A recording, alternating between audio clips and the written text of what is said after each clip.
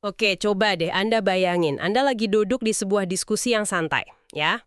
Hmm, Terus beberapa orang mulai berbagi gitu soal perenungan mereka seminggu terakhir.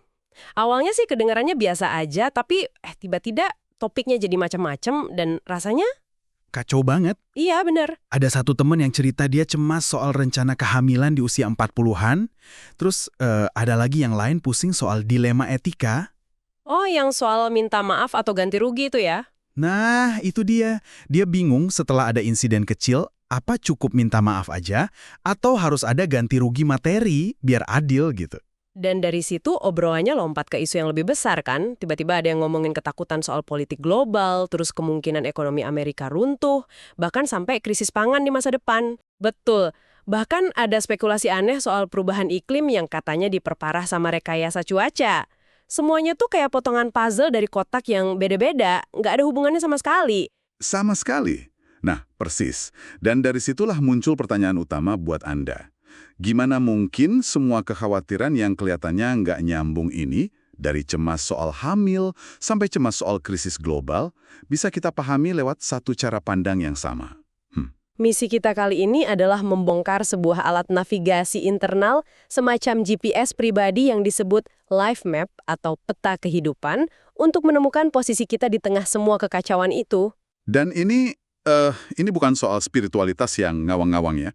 Ini lebih ke strategi. Idenya itu simple banget dan praktis. Gimana tuh?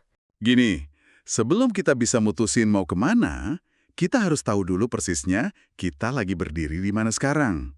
Peta kehidupan ini bukan tes kepribadian yang ngasih Anda label. Bukan yang kayak introvert atau tipe A gitu. Bukan, sama sekali bukan. Anggap aja ini sebuah sistem penentuan posisi. Persis kayak GPS di mobil Anda.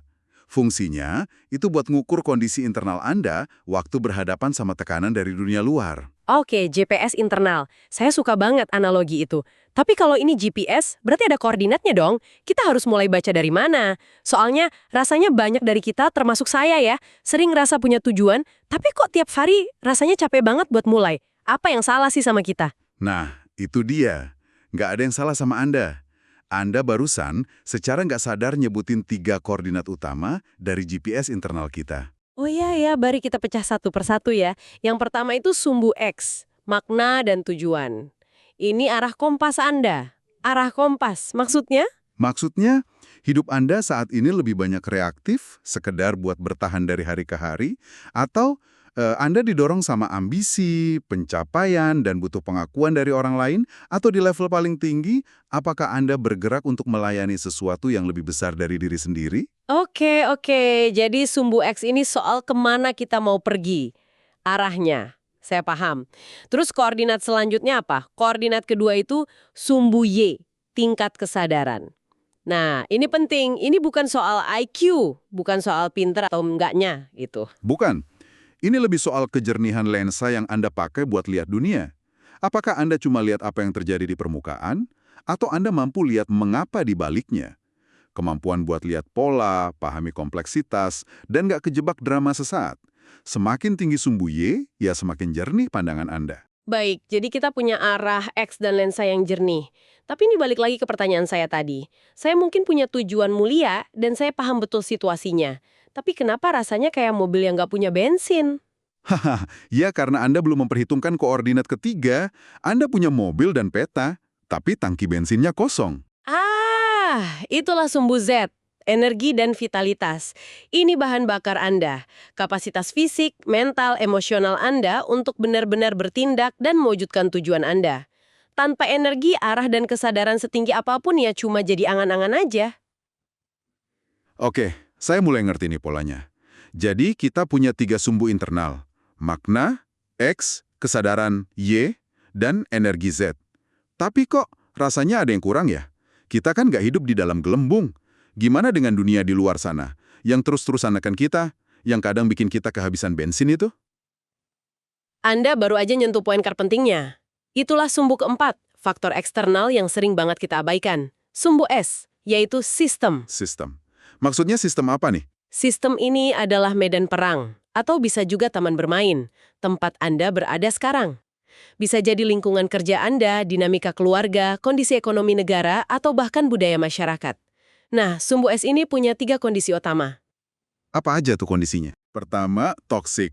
Lingkungan yang secara aktif nyedot energi Anda, bertentangan sama nilai-nilai Anda, dan maksa Anda kompromi cuma buat selamat.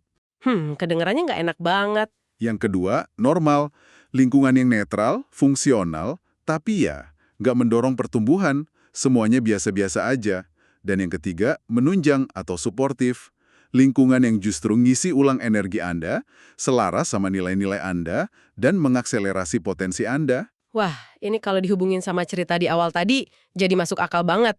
Perempuan yang cemas soal kehamilan di usia 40-an itu, dia kan nggak cuma berhadapan sama biologinya, energi Z, Betul. tapi juga dengan sistem S, sosial yang mungkin punya stigma atau ekspektasi tertentu. Lingkungannya bisa terasa toksik atau justru menunjang, dan itu bakal nentuin banget perasaannya. Tepat sekali. Atau contoh dilema etika tadi, mungkin niat baiknya makna X tinggi banget, tapi dia ada di dalam sistem sosial, S, yang sangat materialistis, di mana minta maaf aja dianggap nggak ada artinya tanpa kompensasi uang. Kekacauan tadi mulai punya struktur kan? Iya, mulai kelihatan polanya. Setiap orang merasakan tekanan dari sistem S yang berbeda, yang kemudian berinteraksi sama GPS internal X, Y, Z mereka masing-masing. Ini jadi muncul pertanyaan yang agak pelik nih. Apa yang terjadi kalau seseorang yang idealis dengan makna X dan kesadaran Y yang tinggi, tapi dia terpaksa harus kerja atau hidup di dalam sistem yang toksik? Apa dia bakal baik-baik aja karena idealismenya itu? Justru disitulah letak jebakan terbesarnya. Dan ini membawa kita pada hukum emas peta kehidupan. Hukum emas. Apa itu? Sistem yang toksik bisa menghancurkan energi Anda sampai ke titik nol. Tapi, dan ini penting, sistem itu tidak bisa ngambil alih kesadaran Anda atau makna Anda. Nilai-nilai dan kejernihan Anda itu milik Anda sepenuhnya. Tunggu dulu, tidak bisa mengambil makna Anda, apa itu benar-benar mutlak? Kalau seseorang kerja di lingkungan yang sangat korup dan sinis selama katakanlah 10 tahun, bukannya rasa sinisme itu pada akhirnya bisa ngerusak atau bahkan ngehapus makna dan tujuan awalnya? Itu pertanyaan yang sangat krusial. Gini, sistem memang nggak bisa mencurinya, tapi ia bisa membuatnya terkubur sangat dalam. Terkubur? Iya, terkubur di bawah lapisan kelelahan, sinisme, dan keputusasaan. Makna itu masih ada di sana, tapi Anda kehilangan akses ke sana karena energi Anda udah habis terkuras cuma buat bertahan hidup. Makanya, dalam kondisi kayak gitu, strategi paling cerdas bukanlah berjuang lebih keras, Tapi apa? tapi preservasi energi. Mundur, diam, atau bahkan keluar dari sistem itu adalah langkah strategis, bukan tanda kekalahan. Jadi waktu kita lihat orang baik akhirnya burnout atau nyerah, itu bukan berarti dia gagal secara karakter ya? Sama sekali bukan. Itu adalah tabrakan langsung antara nilai-nilai luhur Anda dengan lingkungan yang nggak nyambung. Anda itu ibaratnya kayak nyoba nanam bunga di tanah yang beracun. Masalahnya bukan di bunganya, tapi di tanahnya. Wah, dan ini intinya. Lingkungan itu tidak bisa nyuri makna hidup kita sumbu X. Mereka nggak bisa ngerampas kesadaran kita sumbu Y. Keduanya itu milik kita sepenuhnya, ini bukan kalimat motivasi doang ya, ini kayak hukum fisika personal. Dan yang menarik adalah, hukum emas ini langsung ngejelasin dua kondisi eksistensial yang kontras banget. Martir dan paripurna. Martir dan paripurna, oke. Seorang martir, menurut definisi ini, adalah orang dengan makna, sumbu X, dan kesadaran sumbu Y yang tinggi banget. Dua-duanya di level 3. Ideal banget ya? Ideal, tapi mereka kejebak di sistem yang sangat toksik. S-nya sama dengan 1. Hasilnya, energinya Z hancur, jadi 1 juga. Koordinatnya jadi 331. Wah, 331, makna dan kesadaran tinggi, tapi energinya anjlok total. Contohnya siapa tuh? Contoh yang dikasih di diskusi Anda itu figur seperti Yesus di akhir hidupnya. Dan ini poin yang penting banget. Jadi martir di sini tuh bukan pecundang, ya. Justru sebaliknya, mereka itu bukti hidup dari hukum emas. Bukti bahwa makna dan kesadaran itu bisa tetap utuh, tetap bersinar, bahkan waktu energi fisik dan emosional mereka dihancurin sama lingkungan. Kita mungkin kenal orang kayak gini ya. Pasti, guru idealis di sekolah yang birokratis, aktivis lingkungan yang berjuang melawan korporasi raksasa. Mereka pulang dengan perasaan hancur, energinya habis, tapi mereka tahu perjuangan mereka itu benar. Itulah martir modern. Lalu lawannya paripurna. Nah, paripurna itu kondisi ideal, di mana individu dengan X, Y, dan Z yang tinggi, semuanya level 3, juga beruntung ada di sistem yang menunjang. S-nya juga 3. Mereka bisa berkembang penuh. Contohnya Buddha. Jadi kalau Anda ngerasa burnout parah, bisa jadi masalahnya bukan di Anda. Persis. Seringkali itu bukan karena Anda kurang spiritual atau lemah. Ini murni tabrakan. Adu banteng lah antara nilai-nilai luhur Anda dengan sistem di luar yang terus-menerus melawan. Oke, jadi kita bisa tahu nih, jangan-jangan kita ini martir yang energinya terkuras. Pertanyaan selanjutnya kan, terus gimana? Apa harus langsung resign? Nah, sumber Anda bilang, tunggu dulu. Inilah kondisi klasik yang bisa kita notasikan sebagai 3-3-1-S1. Artinya, makna X level 3, kesadaran Y level 3, tapi energi Z anjlok di level 1 karena berada di sistem S yang toksik. Ini profil idealis yang kelelahan. Ini berarti kita sering banget salah baca peta orang lain ya. Kita cuma nilai dari apa yang kelihatan di permukaan, yaitu seberapa sibuk atau produktifnya seseorang. Tepat. Seseorang yang di rapat lebih banyak diem, narik diri, dan kelihatannya energinya rendah, mungkin kita cap sebagai pemalas atau nggak kontributif. Padahal, bisa jadi dia adalah seorang silent enlightened atau orang bijak yang diem. Makna X dan kesadaran Y dia mungkin tinggi banget, tapi dia sadar sistemnya toksik. Jadi diem adalah cara cerdasnya buat jaga energi Z yang tersisa. Dia bukan pasif, dia strategis. Dan sebaliknya juga berlaku kan, orang yang paling sibuk, paling banyak ngomong, yang kelihatannya paling produktif. Bisa jadi dia adalah profil productive but empty atau produktif tapi kosong. Energi Z-nya mungkin tinggi banget, tapi makna X dan kesadaran Y-nya rendah. Dia gerak cepat banget, tapi tanpa arah yang jelas. Mungkin cuma buat ngejar validasi atau lari dari kehampaan. Pelajaran pentingnya berarti, jangan pernah menilai kualitas jiwa seseorang cuma dari volume aktivitasnya. Persis. Dan posisi kita di peta ini nggak permanen kan? Ini yang paling penting menurut saya. Betul sekali. Anda bukan patung. Anda seorang penjelajah. Koordinat Anda bakal terus berubah. Mungkin di rumah sama keluarga, Anda ada di posisi 3-3-3 dalam sistem yang menunjang. Tapi begitu masuk kantor, begitu masuk ke kantor yang penuh politik, Anda bisa langsung geser jadi 2-3-1 dalam sistem yang toksik. Tujuannya bukan buat nge-labelin diri Anda, tapi buat punya kesadaran, oke, sekarang gue lagi ada di koordinat mana, dan di medan kayak apa. Iya, sebelum ambil langkah besar, kita perlu kalibrasi arah dulu. Disinilah muncul alat navigasi yang namanya kompas ilahi. Kompas ilahi, oke. Bayangin sebuah kompas ya. Ada dua kutub yang berlawanan dan ada titik penyeimbang di tengah. Dua kutub apa aja tuh? Di satu kutub kita punya 3 nilai yang sifatnya absolut. Kebenaran, keindahan, dan kebaikan. Di kutub seberangnya ada 3 aspek yang lebih aktif. Keadilan, kuasa, dan kedaulatan. Dan di tengah-tengahnya, sebagai penyeimbang, ada kasih, belas kasih, dan pelayanan. Nah, ini kan memunculkan pertanyaan penting. Gimana kalau kita cuma main di satu kutub aja? Misalnya, kita cuma fokus negakin keadilan dan pakai kuasa, tapi tanpa diimbangi kasih dari pusat kompas. Itu bisa jadi sangat toksik. Keadilan tanpa belas kasih bisa jadi tirani. sebaliknya juga ya, kebaikan doang tanpa kuasa buat melindunginya bisa jadi naif. Betul, jadi strateginya adalah nemuin keseimbangan di tengah.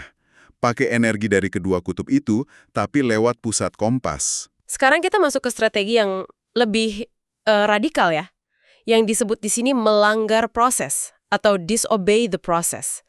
Ini kedengarannya agak bahaya jujur. Iya, maksudnya gimana tuh?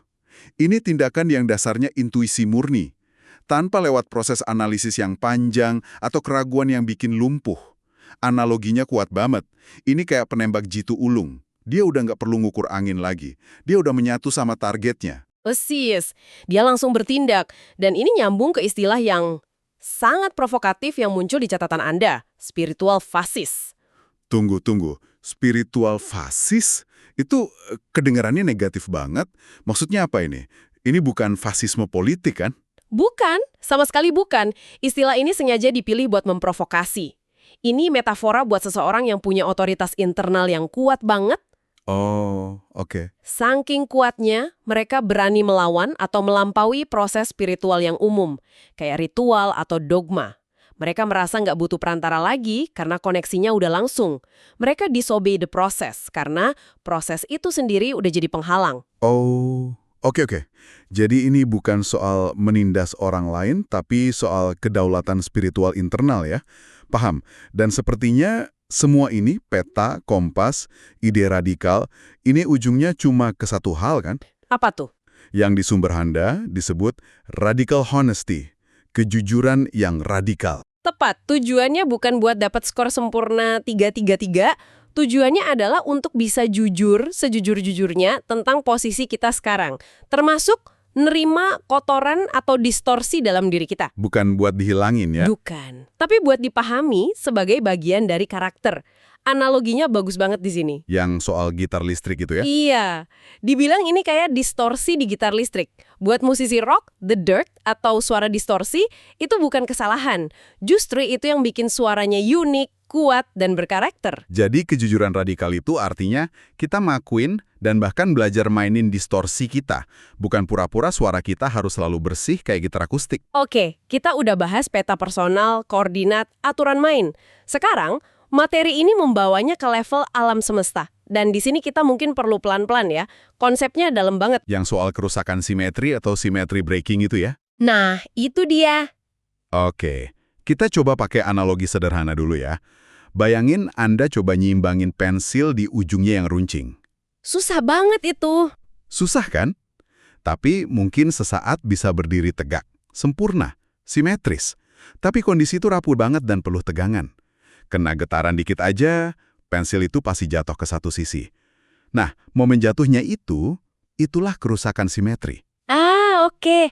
Jadi keseimbangan yang rapuh itu rusak dan jadi kondisi baru yang lebih stabil, yaitu pensil yang rebahan di meja. Persis. Konsep ini yang dipakai buat ngejelasin perubahan-perubahan besar di alam semesta. Letusan dahsyat Gunung Krakatau itu kerusakan simetri kolosal. Keseimbangan ekosistemnya hancur total. Hancur total. Tapi dari situ muncul tatanan ekosistem yang baru. Contoh lain yang lebih kecil, proses pembuahan. Sel telur itu simetris dan stabil. Sampai satu sperma berhasil nembus. Momen itu adalah kerusakan simetri yang melahirkan kehidupan baru. Dan ini nih yang jadi momen aha terbesar buat saya dari semua materi ini. Konsep tentang sesuatu yang eventuated. Eventuated, ya? Itu kata yang aneh banget. Bukan created, diciptakan. Tapi eventuated. Apa bedanya? Anda kan nggak menciptakan jamur. Anda cuma nyiapin kondisi yang pas. Tanah lembab, gelap, sejuk. Lalu jamur itu muncul sendiri. Oh, Jamur itu eventuated. Realitas baru, menurut logika ini juga gitu. Nggak dipaksa ada, tapi muncul sebagai konsekuensi logis waktu panggungnya udah siap. Waktu kondisinya pas, setelah sebuah kerusakan simetri terjadi. contohnya yang Krakatau tadi ya. Setelah semua hancur, tahu-tahu muncul jenis kadal baru. Betul. Atau gimana ikan bisa muncul lagi di sungai yang tadinya isinya lahar panas. Mereka nggak diciptakan di sana. Mereka eventuated waktu kondisi airnya udah memungkinkan. Bahkan kita sebagai manusia, kalau pakai logika ini, bisa dibilang eventuated dari kerusakan simetri penyatuan sel sperma dan sel telur ya. Wah, ini benar-benar ngubah cara pandang ya. Tepat. Dan yang paling penting, ini bukan cuma filsafat ngawang-ngawang. Sumber Anda ngikat ini ke sebuah metode yang disebut Einsteinian Reverse Engineering. Einsteinian reverse engineering, ini upaya ngejembatanin sains sama spiritualitas ya. Betul sekali. Oke, ini namanya abstrak banget. Gimana cara kerjanya? Apa kita bisa memprediksi masa depan pakai ini? Bukan memprediksi kayak paranormal ya, tapi membangun model yang kokoh. Intinya gini, untuk bikin prediksi yang akurat, kita jangan bangun model dari data masa kini yang masih bergejolak. Penuh noise. Penuh noise. Sebaliknya, kita rekayasa mundur model kita dari data masa lalu yang udah pasti, udah terbukti, dan nggak bisa didebat lagi. Kayak konstanta fisika atau hukum termodinamika. Itu sebabnya Einstein bisa begitu yakin sama teorinya ya? Persis. Modelnya dibangun di atas fondasi realitas yang kokoh, yaitu kecepatan cahaya yang konstan. Jadi hasilnya di masa depan jadi hampir pasti. Jadi, artinya peta kehidupan dan konsep eventuated ini bukan omong kosong. Ini upaya membangun kerangka kerja spiritual yang bisa diuji dengan melihat pola-pola yang udah terbukti di alam semesta. Betul sekali. Ini upaya membangun spiritualitas yang punya tulang punggung saintifik. Sebuah kerangka kerja yang polanya bisa diukur dan diverifikasi, bukan cuma dirasain secara subjektif. Wah, jadi setelah kita pahami semua ini, sumbu-sumbu sistem hukum emas, apa sebenarnya pesan utamanya? Apa inti dari semua ini? Kebenaran akhirnya adalah ini. Tujuan dari peta kehidupan bukanlah buat mencapai skor tinggi 333. Tujuannya adalah untuk mencapai kejujuran radikal dengan diri sendiri. Kejujuran radikal. Iya. Pertanyaan terpentingnya bukan gimana cara saya mencapai puncak, melainkan di mana saya berada saat ini dan gimana sistem ini mempengaruhi energi saya. Jadi ini semacam izin untuk berhenti menyalahkan diri sendiri gitu ya? Tepat. Ini adalah panggilan untuk berhenti menyalahkan diri sendiri atas kelelahan atau burnout yang sebenarnya disebabkan sama beban sistem. Gunakan alat ini untuk memulihkan martabat Anda, untuk memahami perjuangan Anda secara struktural, dan dari situ menumbuhkan welas asih, Baik untuk diri sendiri, maupun untuk sesama penjelajah yang Anda temui di perjalanan. kita udah membongkar sebuah kerangka kerja yang luar biasa ya. Sebuah cara untuk mengubah kebisingan dan kekacauan yang kita rasakan setiap hari menjadi sebuah peta yang bisa dibaca cuma dengan pakai GPS internal kita sendiri. Sebagai rangkuman akhir, ayo kita satukan semua kepingannya. Anda punya 3 sumbu internal, X untuk makna dan tujuan, Y untuk kesadaran, dan Z untuk energi. Itulah GPS Anda. Oke, GPS internal kita. Lalu ada faktor eksternal yang nentuin segalanya. Pengaruh sistem, S, yang bisa jadi toksik, normal, atau menunjang. Dan jangan lupakan hukum emasnya. Benar sekali. Ingat hukum emas. Sistem bisa nyedot energi Anda sampai habis, tapi ia nggak akan pernah bisa nyuri makna dan kesadaran Anda. Interaksi antara GPS internal Anda dan sistem eksternal ini bakal bawa Anda pada 2 kemungkinan hasil. Jadi seorang martir, yaitu bertahan dengan nilai-nilai Anda di sistem yang toksik sampai energi Anda habis, atau jadi paripurna, yaitu berkembang dan mencapai potensi penuh Anda dalam lingkungan yang menunjang. Dan untuk navigasinya, Untuk bantu navigasi, Anda bisa pakai 9 sifat ilahi seperti kebenaran, keadilan, dan kasih sebagai kompas moral Anda. Dalam ringkasan tadi, ada satu konsep yang menarik banyak dan sedikit provokatif. Disobeying the process, bertindak berdasarkan intuisi dan kebenaran batin Anda tanpa harus kejebak proses birokrasi, aturan yang kaku, atau keraguan mental yang melumpuhkan. Ya. ini jadi pemikiran penutup untuk Anda. Setelah Anda lebih paham peta Anda sendiri, di mana posisi Anda sekarang, dan apa yang benar-benar penting bagi Anda. Apa artinya melanggar proses dalam hidup Anda saat ini, demi benar-benar mengikuti navigasi internal Anda.